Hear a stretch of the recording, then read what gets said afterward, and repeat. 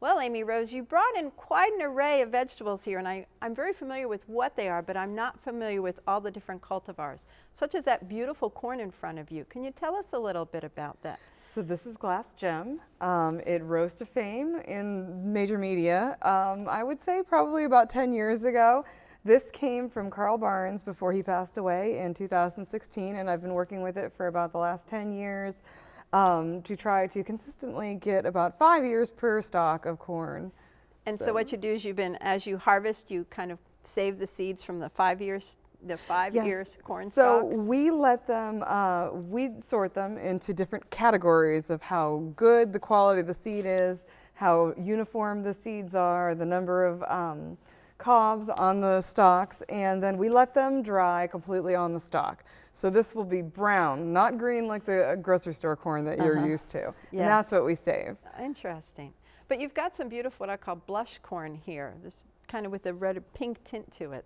I've never seen that before. So this is Abenaki rose corn, and it is a white flower corn with a rose halo, thus Abenaki rose corn. Yes, beautiful. And those are a short season variety that was cultivated for the last few thousand years in New England and maritime Canada. Interesting. What section, well, first I want to finish this because this corn is dented, and usually here in present day dented corn is feed corn. Yes. But here's this beautiful blue dented corn here. So that's a dent corn. You can tell by the dents on the top of each one of those kernels. Right here. And that's traditionally feed corn now in modern America, but it can be roasted and it can be parched and used for a lot of different things. You can actually grind that and make grits and hominy and masa out of it as well. Yum. So what part of the cob are you saving for the seeds? So what we do is we take the best plants and we dry them. Then once they're dry, we would take and use your hands to save the middle part of each one of these corn cobs, and that's called the corn mother. Just like the child comes from the mother's middle. Right. The corn that we plant from year to year is going to come from the best kernels in the center of the cob. Interesting. How interesting. Once you have dried them on the corn stalk and you've harvested them and then you've harvested the seed, how do you store them? So we actually freeze all of our corn. Okay. And it's completely dry. You want to take it down to about 3 to 5% humidity, and then it's frozen. And it stays frozen until I use it when it's ready. We catalog everything, so I know the growing conditions that corn developed under, the year that it was harvested, and all sorts of things like that. The average gardener doesn't Wonderful need to record do. keeping, yes. People who want a journal, this is it. Yeah, we take it very seriously, especially because things like the Abenaki rose corn are very rare and you can't generally buy them commercially. Well, you're dealing with plants that you just can't go down to the local garden center and pick up. It's our heritage. We need to preserve it for Absolutely. future generations. Speaking of, there's one more unique corn in that basket there. Let's pull so that out. this is Yeah. so this is a blue flower corn. It is Chalaqueño Can azul. you take a little out in your hand so everybody can see it? And so this is really great for making masa. We would nixtamalize this, which is to soak it in hardwood ashes, and that removes the pericarp, which is the outer layer of that corn. Flatten your hand a little. There we go. Thank you. So that would slip off. It actually also adds calcium and vitamin B to it, and that's what helped generations of people prevent pellagra, because it unlocks the nutritional capacity of the corn when you do that. And it'll you can actually re-dry it, and it'll last for quite a long time. So traditional Southern hominy is just the whole corn after it's been nixtamalized. Thank you. Well, we've got to go from corn to beans because we want so much to talk about. So let's put that. You've got some interesting beans, not our usual, garden beans. So let's please. So we have another star of the Three Sisters. These right here, these are very beautiful. I'm going to put them here on your board so that please do, so people can see. So these are Seneca bear paw beans right here, these beautiful purple and black beans. They are lovely, yes. And then these are true cranberry or Abenaki cranberry beans. These are also from New England. This would be from the Great Lakes region. Right.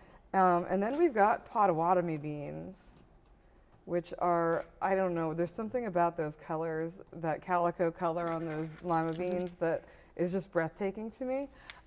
Beautiful. I love opening up these Pods to discover what's inside. Yes, so we let them dry. On so the plant? Yep, we let them dry right on the plants. Uh-huh. And then I send my sons around to collect them all into a bucket. Look at those beans. Those And are so beautiful.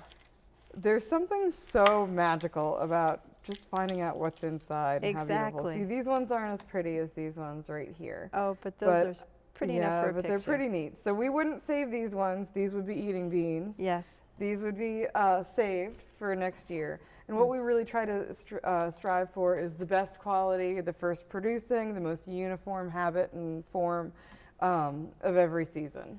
And then you would dry, of course those are dried, and so you would store them in a jar or?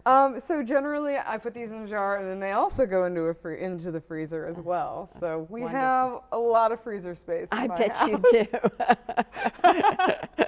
I Yes, bet you it do. gets a little overwhelming to my husband sometimes. Yeah, you should see my refrigerator. Anyway.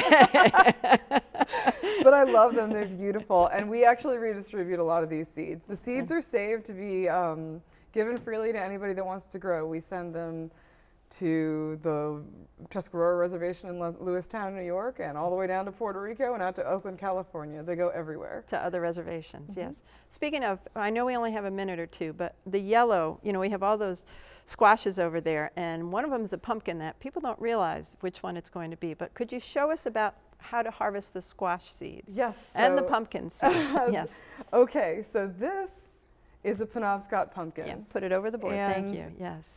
So generally we would cut it longitudinally. We wait until they, actually I'm going to turn this around and you see how dry this is. I wait until this sucks up every last little bit of sunlight that the garden has to offer and the vines start to dry. So it's just about falling off of the vine when it's ready to go. Okay. So you would actually cut these out of the middle, and just like the corn, the ones on the ends aren't quite so good. Right. So all of the good seeds would be coming from the middle. You Uh-huh. can see That's a how nicer nice one. and Yeah. fat this one is. Yes, that's a healthy seed. And so I actually run them through the colander, Uh-huh. very low tech. Uh-huh. Go through the colander, spray them down with water, and then they go right onto a screen for drying. Excellent. And then every surface in my house becomes a seed storing nightmare. It's pretty great though. It's really beautiful, and it's a great opportunity for children to learn because it's something they can't really break, and they get to learn a little bit of science. And I think the joy of it is growing something, harvesting the seed, preserving the seed, and then pulling it out and growing it again next year. And then again, Yeah. preserving that seed. And hopefully my children will do the same thing. I save seeds that my grandmother had saved for when she was still gardening. Oh, that's wonderful. Or What from a her great plants. legacy. Yes. What a great legacy. Well, Amy Rose, I have to applaud you for the work you're doing and the effort you're making into preserving all of these wonderful vegetables that we don't consider as part of our mainstay diet from the grocery store, but have been around for more than just generations. So Yeah. thank you. Thank you you. very much.